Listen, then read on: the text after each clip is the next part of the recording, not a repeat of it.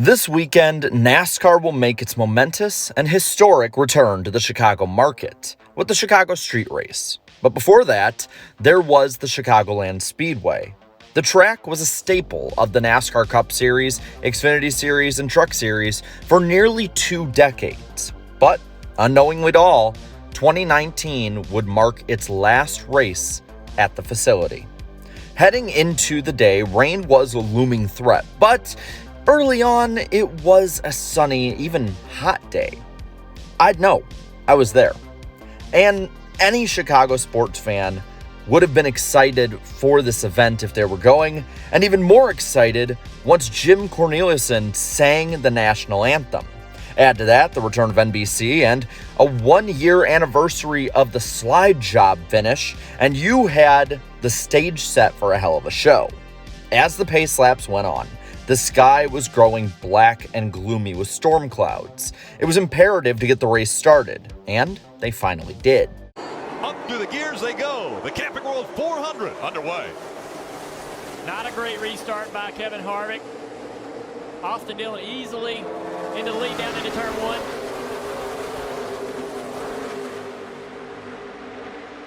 Daniel Hemrick in the number 8. He's making a move here on the inside of Harvick to the back straightaway. Austin's going to go down and try to block that run.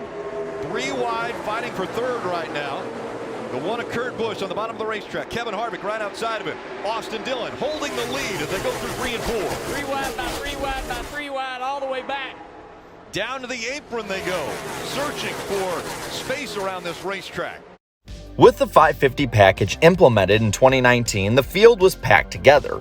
But with the old surface of Chicagoland, it negated some of the frankly bad racing product. And on lap 8, the struggling champion Jimmie Johnson would take back his place with the black 48 car at the front of the pack. But this would be short-lived. As quickly as the race started, it'd be stopped. First for lightning and then for a giant storm on lap 11. And boy, it was a nasty one. So there is lightning all over the place, and they're still having people on the Ferris wheel. What could possibly go wrong? And there's still people on there. Yeah, what could possibly go wrong? After all of this, though, the race would eventually get back underway under the lights now. Some had pitted, including Kevin Harvick, and quickly it was shown that the fresh tires would make a huge difference for the day into night transition. But on lap 26, the first of any of the major players had issues as Kyle Busch smacked into the wall and would fall back in the pack. Busch, the defending winner, would not be a true contender in defending said win. While there was some passing, dirty air caused it to be difficult to pass whenever they weren't in a restart or on pit road. While some pitted, others were looking to stay out until right at the end of stage 1. Gas and go stops would hand good finishes to many in the first stage, including Denny Hamlin, who won it. At the same time, the first cause for caution came out from Clint Bowyer spinning out. Kyle Busch also would have a bad day continue with a flat tire, but the race would have to go on without them at the front to stage 2, with a huge restart pack. And again, Kevin Harvick would shoot out to the top of the board, followed by Jimmie Johnson and now William Byron. But the same issue reared its ugly head with dirty air hurting faster cars who were stuck behind the dirty air of those slower ones. Even with a quicker car, it was incredibly hard for William Byron to get past Kevin Harvick for the lead later in the run. But it was so common in 2019 for what would come next, with Quin Houff bringing out the caution for issues with his car. The caution did open up a window for them to make it to the end of the stage. On the restart, the biggest loser would be a shuffled out Byron, who would end up outside the top 10 in a 4-wide battle. New players were emerging, though, as future teammates Chase Elliott and Kyle Larson were charging up to the front with the 88 team of Alex Bowman right behind them. The laps would click by before the 9, 42, and 88 could start moving towards the front again. After dozens of laps of nothing going on, All of a sudden, the race had heated back up. Stewart-Haas Racing would experience more trouble in the race as Daniel Suarez's 41 car was hit by Denny Hamlin, getting him a tire rub in the process. And up front, Kevin Harvick's handling was going away to the point that he thought he may have had a flat tire. While it wouldn't be the case of a flat, Harvick would be challenged. Well, the 4 of Kevin Harvick said that he had an issue with the front tire. He was able to hold on to the lead while the battle for second, third, fourth, and fifth were going on.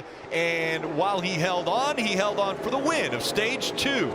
The so far winless 2019 Harvick needed the stage win and playoff point that accompanied it, as was the fact with stage 1's end the field had pitted. Starting the final stage, Kyle Larson darted ahead as the field charged at each other behind him. Larson looking for redemption from his 2018 loss here the year before. Behind him, Busch again would have issues after contact with Joey Logano, but that was an afterthought as Alex Bowman was looking for his first career win and took the lead from Larson. This would be short-lived though, as Kevin Harvick got up in the wall, bringing out the final caution of the race. The number 4 would pace the field for 132 of the eventual 267 laps and only get a 14th place finish to show for it. His winless season would continue. With 90 to go, the green was out again, and the front row was now Alex Bowman and Kyle Larson. The 88, getting a push from his teammate, would assert himself as the leader and man to beat for the rest of the day. The start of the run showed 3 contenders for the win in the process: Bowman, Johnson, and Larson. With the package how it was, they would have to ride around and basically just be stuck in each other's dirty air for a good piece of the run. Though in doing this, Bowman became the first guy of the day to pull away and build a lead in front of the field. As this happened, Larson would move up to second, while the 7-time champion started to fade behind him. If anyone were to beat the 88, it would have to be the 42. And with just over 50 to go, the final stops of the day commenced that would start to change the tides a bit. Through the cycle, there would be only a second of separation between the two instead of the over 3 seconds that there was before the cycle started. And the McDonald's Chevy would be the quickest car. While Larson was trying for redemption, McDonald's was looking to break a curse. They had not won a race since Jimmy Spencer in 1994 had triumphed at the Talladega Superspeedway.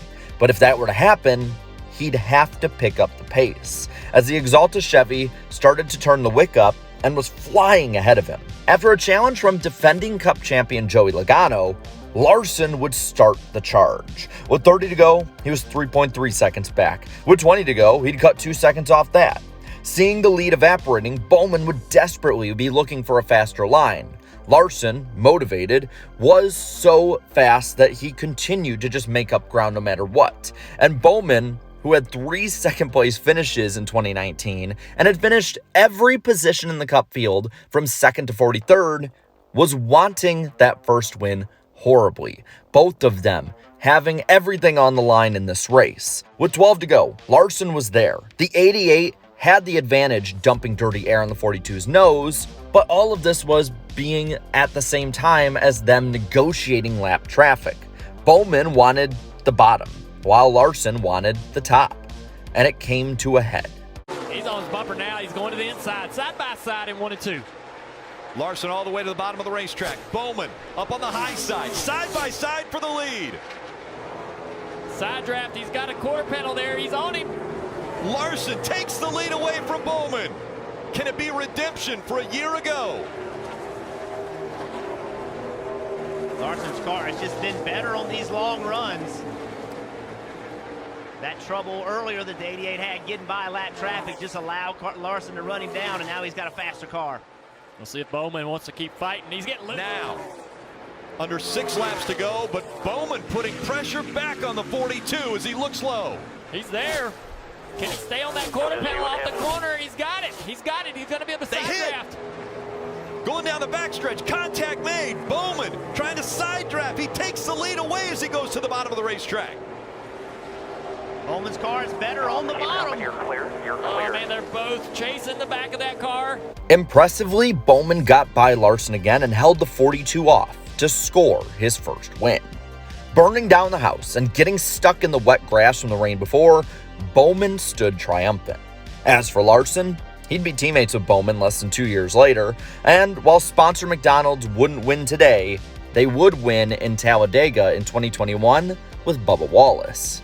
As for the Chicagoland Speedway, today it sits dormant of NASCAR racing, as after being removed from the schedule in 2020 due to COVID, it has not returned to the NASCAR gauntlet yet, though the track is still under NASCAR and ISC control, and it's kept up pretty well. And while misinformation claims that it's being demolished or given to the Chicago Bears, it is still around and ready for racing and under NASCAR control. So with that, I pass this on to you. Do you want the Chicagoland Speedway back in NASCAR? Let me know down in the comments below. While you're at it, leave a like on this video, share this video, and subscribe to my channel for more great NASCAR content. Thank you so much to all my channel members for your continued support, and until next time, have a good one.